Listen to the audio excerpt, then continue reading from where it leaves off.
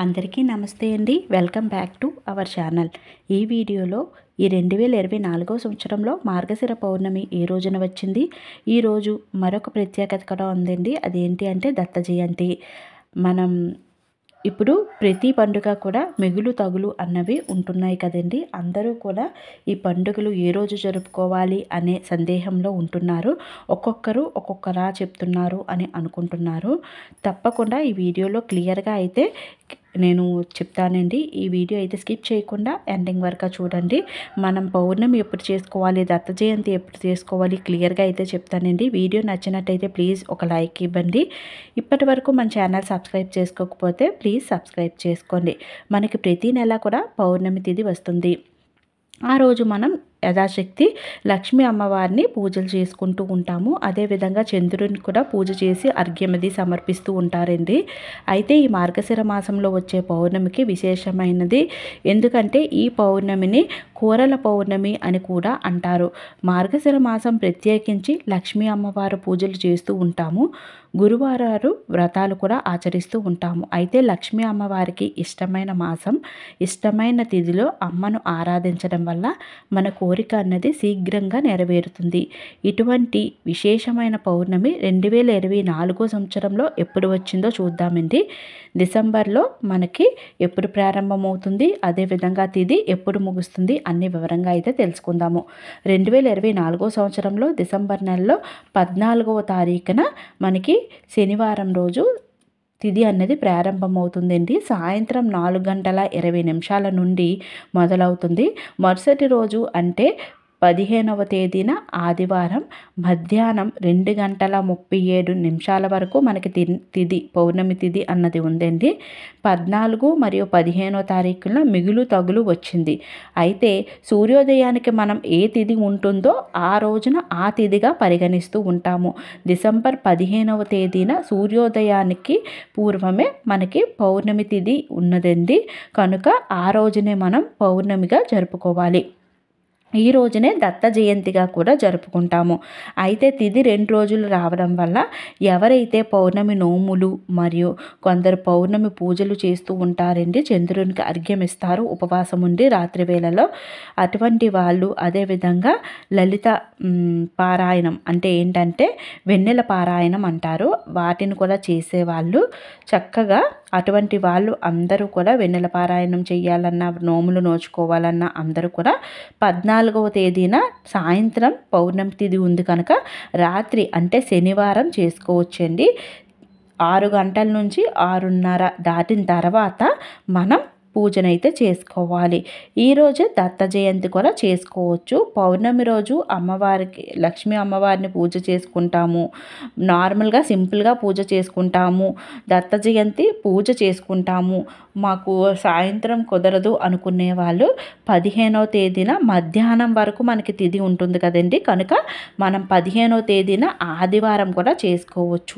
శనివారం చేసుకునే వాళ్ళు, నోములు నోచుకునే వాళ్ళకి ఆదివారం రాత్రి శనివారం రాత్రి తిథి ఉంటుంది కనుక ఆ రోజు నోములయ్యి నోచుకోవచ్చు. పూజ చేసుకుంటామనే వాళ్ళు ఆదివారం ఉదయం చేసుకోవచ్చు, లేదు అంటే శనివారం కూడా చేసుకోవచ్చు.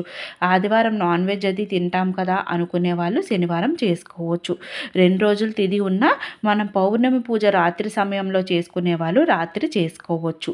తిథి ఎలా ఉన్నా మన పూజ అనుగుణంగా మనకి ఏ సమయంలో చేసుకునే వాళ్ళు చేసుకోవచ్చండి. ఏమి ప్రాబ్లం అయితే ఉండదనమాట. అయితే ఈ పౌర్ణమికి ఇంకొక పేరు కూడా ఉందండి, కోరల పౌర్ణమి. అలా ఎందుకు అంటారు అంటే ఈ కోరల అనే ఆమె చిత్రగుప్తుని సోహోదరి, ఈ అమ్మవారుగా భావిస్తామన్నమాట. ఈమె పేరు మీద మనం పౌర్ణమి జరుపుకుంటాము. అయితే చిత్రగుప్తుడు తన సోదరి ఇంటికి, దీనికి ఒక చిన్న కథ అండి, కోరల ఇంటికి ఈ పౌర్ణమి రోజే వెళ్ళారంట.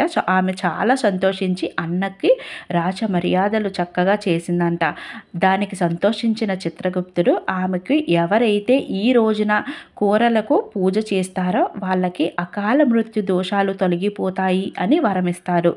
దానికి యమధర్మరాజు కూడా, చిత్రగుప్తుడు అంటే చాలా ఇష్టం కదండి యమధర్మరాజుకి, ఆయన కూడా సమ్మతం అంటే ఆయన కూడా ఒప్పుకున్నాడంట. అప్పటి నుంచి కూరల పేరు మీద ఎవరైతే పూజ చేస్తారో వాళ్ళకి అకాల మృత్యు దోషాలు తొలగిపోతాయి అంటారు. అయితే పూజ కూరల అమ్మవారు విగ్రహం అది ఉండదు కదండి. మరి ఎలా పూజ చేస్తాము అంటే నార్మల్గా కూరల పూజ చేయకపోయినా లక్ష్మీ అమ్మవారికి అది పూజ చేసుకొని చక్కగా మినపరొట్టి ఉంటే మినపరొట్టి చేసుకుంటారండి. మునప అట్టు కానీ రొట్టె కానీ చేసి దానిని దేవుడికి భగవంతులకి నివేదన చేసి దానిని సునకానికి వీధి కుక్కలు ఉంటాయి కదండి వాటికి పెట్టినట్టయితే మనకి అకాల మృత్యు దోషాలు అన్ని గ్రహపీడ దోషాలు అన్నీ తొలగిపోయి ఆ కూరల అమ్మవారు ఆశీర్వదిస్తారంట.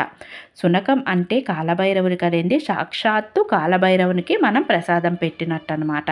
ఇలా చేసినా మనకి చాలా మంచి జరుగుతుందండి. పూజ చేయలేము అనుకునే వాళ్ళు ఇలా మినపరొట్టి పరిహారం కూడా చేసుకోవచ్చు. అయితే దీనికి ఇంకొక కథనం ప్రకారం యమధర్మరాజు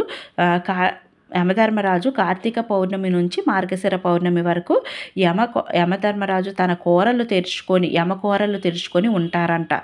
ఇలా చేయడం వలన మానవులకు వచ్చే రుగ్మతాలు అంటే చిన్న చిన్న జబ్బులన్నీ రుగ్మతాలు అన్నీ తొలగిపోవడం వల్ల దీనిని కృతజ్ఞతగా అంటే యమధర్మరాజుకి కృతజ్ఞత తెలియజేస్తూ మానవులందరూ కూడా ఈ పౌర్ణమి జరుపుకుంటారు అని స్వామివారిని ఆరాధిస్తారంట యమధర్మరాజుని.